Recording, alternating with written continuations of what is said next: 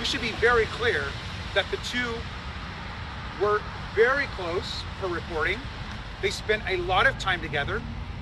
Mr. Wexner admitted that he traveled to both Epstein's island as well as his other properties.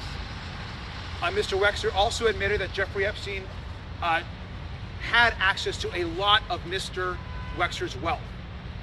And when asked even simple questions, even as it relates to Mr. Epstein being the co-president of the foundation that established the area that we're in today, Mr. Wexner had little to say.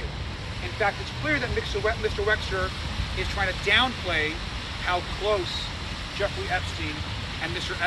Wexner actually were. And we should be very clear that there would be no Epstein Island, there would be no Epstein plane, there would be no money to traffic women and girls. Mr. Epstein would not be the wealthy man he was without the support of Les Wexner. I think it's very important for us to note at this moment. There's a significant amount of questioning that has gone on, but I want to say one other thing and then I'm going to turn it over. We are committed to ending this cover-up.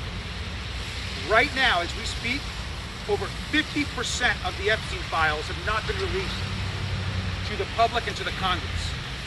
Donald Trump and Pam Bondi are leading a White House cover-up to protect billionaire, wealthy benefactors, whether it's Mr. Wexner or whether it's anybody else. And that has to end now, which is why we're here and why we're willing to go anywhere and just speak to anyone with information about Jeffrey Epstein's horrific crimes. So we have a lot of questions for Mr. Wexner, and we look forward to sharing those with all of you as well today. So with that, let me turn this over to Congressman Steve Lynch. Thank you, Robert. Thank you for your leadership. It's important to remember that all the evidence, the documentary evidence that we've received so far, much of it points to this witness and Les Wexner's involvement. As Robert has laid out, the financial wherewithal for Epstein to operate in New York City, to operate in Florida, the Virgin Islands, the ability to travel, and in some cases his own credibility. There was a period there where Epstein was saying that he was closely involved with Wexner's operation, several of his Victoria's Secret, that he was involved in that process as well. So in a very real way, Les Wexner gave Epstein credibility. He gave him the ability to commit some of the crimes that he did. One of the witnesses, one of the victims, the survivors, has already indicated that she was assaulted at this facility, at the mansion here, Wexner's home here. That she was refused permission to leave that house until security had cleared that she was kept there for several hours. So in an investigation, you usually follow the documents and you follow the money. And much of that evidence and all of that money leads us to this location. So far, and I'm just speaking generally, the more this deposition goes on, the less Wexner knows about his relationship with Jeffrey Epstein. There was a deep trust between these two men. There was a deep friendship there. Not only in a business sense, but Les Wexner gave Epstein the ability to handle his children's and his family's money. So at least that part of it makes it hard to believe Les Wexner's testimony thus far. It may be a question as to whether Les Wexner was involved in the crimes directly. But there is no question in my mind, given the evidence so far, that Les Wexner knew about this and failed to stop it and gave Epstein license and the ability to commit these crimes.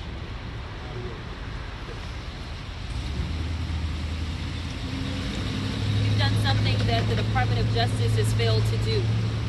We have actually sat down and listened, not once, not twice, but on multiple occasions to the survivors. As you saw last week, A.G. Bondi wouldn't even turn and look at the survivors, let alone allow her DOJ to do their job, which is to investigate. So here we are as the legislative branch doing our jobs and trying to do oversight. Let me tell you, the survivors have said over and over and over, follow the money. That was the one thing that they told us, as well as their attorneys. Follow the money. Well, we're following the money. But I'm going to be perfectly honest with you and tell you that we are running into dead ends at this moment. On yesterday, I was asked about this particular deposition and what I anticipated I would hear. As a trained attorney and litigator, once they told me he wasn't taking the fifth, I thought that the record would be full of I don't remembers. I will tell you that once this record comes out, you will see that you most likely will be left with more questions than answers.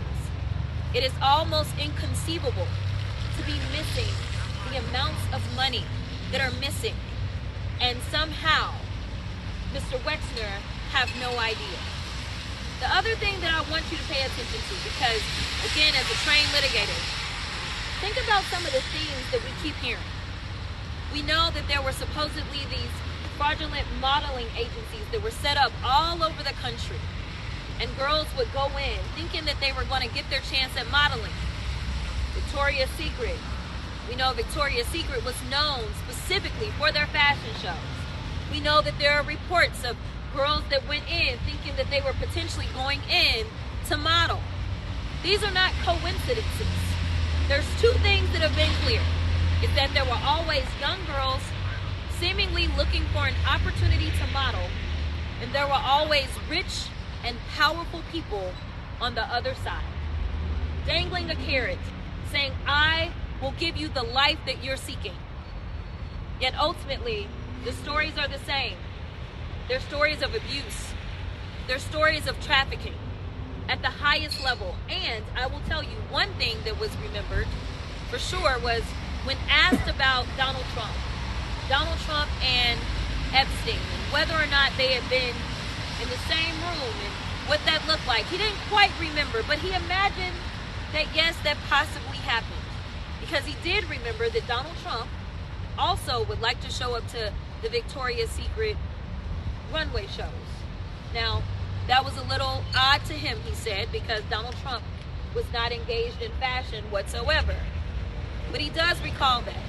He also said something that I feel like we've heard over and over and over, which is that Epstein liked to drop people's names. So he'd imagined that that may have been one of the names that he dropped. Listen, I want the American people, but more specifically, I want the survivors and anyone who is struggling right now to know that we see you, we feel you, and we are fighting for you. We will not stop. If Mr. Wexner is honest about his intentions in helping us, then we're asking him, if he doesn't remember, then go ahead and turn over all of your financial records. Because we need to follow the money, because that is exactly what the survivors told us to do. And we know that the Department of Justice is either inadequate or just not interested in doing justice as it relates to this particular scenario. We in America deserve better. We are looking around the country and we're seeing CEOs that are having to leave their own companies. We're seeing people that are having to leave their board positions. We're seeing princes being dethroned. We're seeing all kinds of stuff everywhere except for right here at the highest levels of federal government. Whether we're talking about Donald Trump himself or whether we're talking about Secretary Lutnick, and the list goes on. We deserve better in this country, and we will get it. Good morning. Over the course of the last year, the American public has been witnessing what I can only call the most egregious cover-up in American history. And today was a critical part of our investigation to try to end this cover-up once and for all. We have met with the victims of Jeffrey Epstein, Ghislaine Maxwell, and the rich and powerful people that helped to perpetuate these crimes. And we have heard over and over from these victims the name of Les Wexner and the importance of following him up. Because the story of Jeffrey Epstein is one that can almost, it almost is the plot of a movie that is turned into a nightmare. And the real reason Jeffrey Epstein was able to get away with raping and abusing children, young women, boys, young men for so many years was because of the vast amounts of money that he was able to acquire, and that largely came from Les Wexner here in Ohio.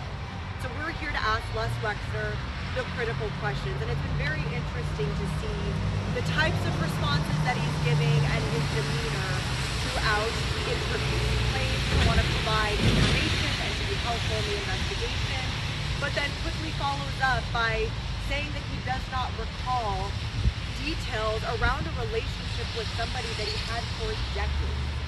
Les Wexner handed his power of attorney to Jeffrey Epstein. He allowed Jeffrey Epstein to live in his home, to have hundreds of millions of his dollars, to use his yachts and his planes. This was obviously a very, very close relationship, and so far what we have seen is a denial of that relationship. Another important theme that has come up today is that Les Wexner is actually tied to other sex trafficking and child abuse scandals here in Ohio, around the country. There are reports of payments that were made to a gynecologist at Ohio State University, and that money went through Jeffrey Epstein but came from Les Wexner. And he has been asked about this with no real response, no recollection. And again, as my colleagues have said, I don't think it is feasible or understandable or conceivable that any individual would not have an understanding of millions, if not hundreds of millions of dollars of their own money and can't answer to those questions. So it is clear that this cover-up is vast. It goes as high as the White House and the Department of Justice that still has not released the majority of the Epstein files, still has illegally redacted information, still has not begun any indictments or prosecutions for the very credible allegations that are in the files that we already have seen, all the way to people at universities, companies, and vast networks of elite individuals across this country. And what I can tell you very clearly is that oversight Democrats on this committee will not back down until we get every detail, until every person who enabled and perpetrated these crimes is held accountable. Thank you. Hi everyone, Dave Mann, freshman member of Congress out of Orange County, California, and before getting into office, I was a law professor. I'm a graduate of Harvard Law School, and earlier in my career, I was an SEC enforcement attorney, so I've done quite a few of these types of depositions and witness interviews. And while I don't want to comment on an ongoing deposition, we're going to go back in there and ask more questions. I can basically say that he has basically alleged that he saw no evil, heard no evil, despite being in the room with Jeffrey Epstein over and over and over.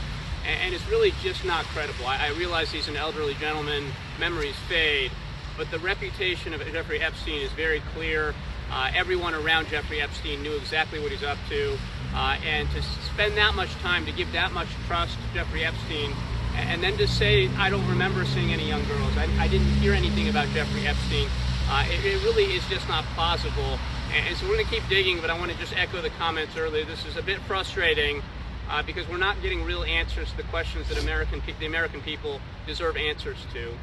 I also just want to give kudos to my colleagues behind me right here. Robert Garcia and the Democrats on the Oversight Committee have led the effort to try to expose this cover-up. What we've seen is foot dragging.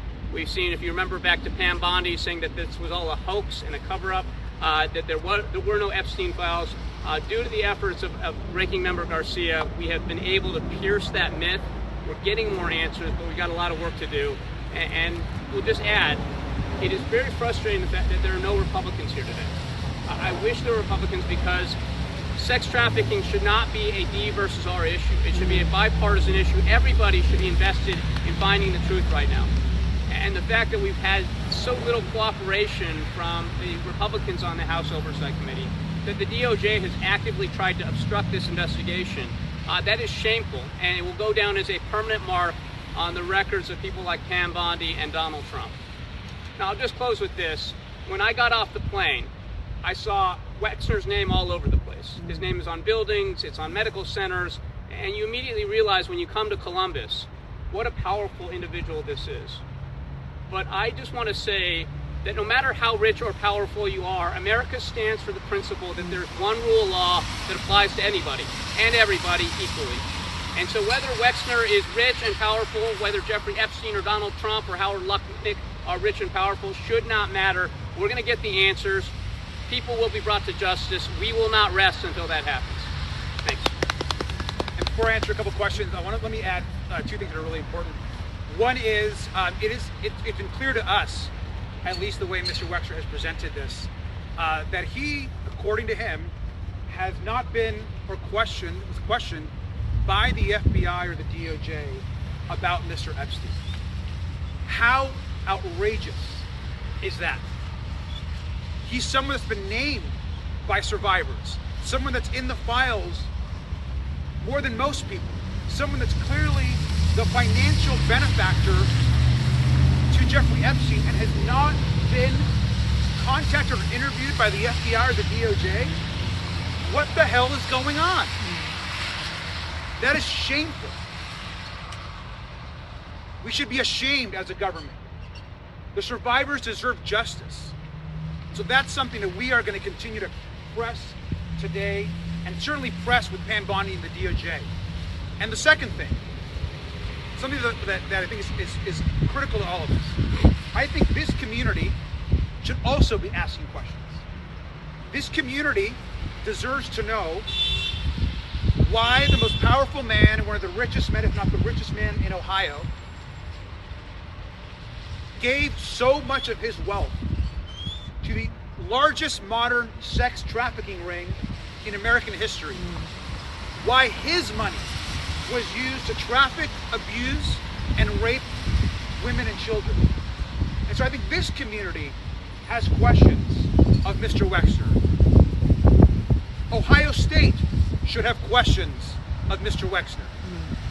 And Mr. Wexner's involvement in our questions, today's not the end of our questions for Mr. Wexner, it's the beginning of our questions for Mr. Wexner and anyone in this community across Ohio or the country that has done business dealings or that knows why he provided so much money for Jeffrey Epstein to then go on and commit all these horrible crimes. We can answer a couple questions. How often is he? A couple questions. First off, you mentioned in Les Wexner's opening statement, he said that he did not have any knowledge of Jeffrey Epstein's crime. Do you believe he's lying, given what you know about the next person? Second, you mentioned affidavit, Rita Farmer said that Jeffrey Epstein and Melinda Maxwell had sexually abused her at Wexner State, and that the Wexner security guards wouldn't let her leave. Do you guys touch on that incident at all during the deposition? And third, what could you have to do with this? Let me start by saying that I do not believe when Mr. Wexner says that he did not have a personal relationship or a friendly relationship with Jeffrey Epstein. I think that is bogus, personally. I can also say that we believe the survivors. And I think the Farmer testimony is critical. And what happened to not just Maria, but to Annie and the Farmer women was horrific. And this idea that she gave such a description of what happened to her, and somehow we should just dismiss that as a lie or untrue, I think is outrageous. There's no question in my mind that there was a relationship and that Mr. Wexner is very aware, likely aware of what was going on. Representative Garcia. There have been questions that have been asked about the Farmer incident, and that will continue in the afternoon. Yes. Tom Bosco with the ABC affiliate here in Columbus. Can you give us a little more of the flavor of the questioning? Is he combative with the questions? Is there a lot of conferring with attorneys before he answers? And you said he has not pleaded the Fifth or taken his Fifth Amendment? He's not pleaded the Fifth. I think that he's answering some questions. He's saying that he doesn't remember in other questions. See no evil, hear no evil. Exactly. He's claiming that there basically was no friendship with Jeffrey Epstein or no real strong relationship, which we know by reporting that's just not true. As it It's relates pretty to, ridiculous. as it relates to the lawyers specifically, there's a lot of objections A lot of objections. Any other questions? Yes. Yes, Les Wexner, he admitted to visiting Epstein Island. What do you know and what has he shared about his activities while on the island and any involvement with survivors there or here at his mansion also? Yeah, I asked that question today. He claimed that he was on the island for 1 hour and that he walked around with his family, and I asked him if any other individuals were there and he said no. And that was a kind of a repetitive thing that he said as well when we asked about if he had been to another property. He said, I was there for 1 hour, and I go to many places for just 1 hour. And did he speak about any involvement with survivors, even here at his mansion in New Albany? He denied everything. Not everything. And quite frankly, it would have been nice to see more remorse. Yes. Mr. Wexner is 88 years old. He's also been missing Wexner Medical Center board meetings where he's scared. Can you describe his demeanor, how he is? He's an elderly gentleman, of course, but... Well, I think he's lucid. I think he's certainly capable of answering these questions. There's no deterioration in his mental faculties, so he's a competent witness. He's just not telling the truth. Hey, could you all talk about why here in Ohio versus hearing in D.C.? Deposition locations are decided by the majority party, and that was decided to have it here. Will this deposition even matter if Pam Bondi and the DOJ are not taking this as a main focus? Look, I think that we have, my first answer is yes. This deposition absolutely does matter, and it's important to get. Remember, Mr. Wexner is under oath to tell the truth. So every single answer that he gives is a broader part of our investigation. This is just the beginning of our work with in trying to get the truth on Mr. Wexner, and so that it absolutely matters. Any final questions? What happens when the DOJ doesn't do anything with it? Well, that's up to the President Trump, which we're putting the pressure on. Yes. Representative, you mentioned there's a credibility issue. How is that going to impact your investigation forward? You want to answer that? Credibility issue. Look, I think at the end of the day, we need to ask the questions and get Mr. Wexner on the record. That's the most important part right now. Is we have questions that are going to continue throughout the afternoon and get him on the record. We have time for a couple more questions. We got to wrap up. If you feel you're not getting the answers you need today, what should we expect next? I think what's next is we may have additional questions. We have more people to speak to, folks that are involved with Mr. Wexner and that have done business with him, including the doctor that we just discussed earlier that got transferred a significant amount of money. They can expect questions from us. Will you ask for the finance records while we mention? Absolutely, we're asking.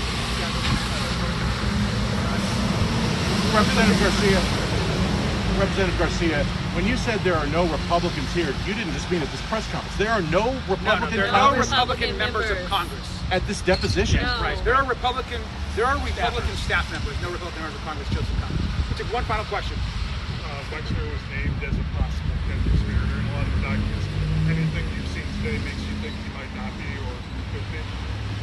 There's nothing I've heard that no. I think that is a very open question, and I think that's a part of the investigation is going to continue. Thanks, everybody. Can you guys update us again once you've done the deposition over? We've got it for now. We got to go back. Will it be done today? You'll be done with Deposition will be done today. Thank you so much.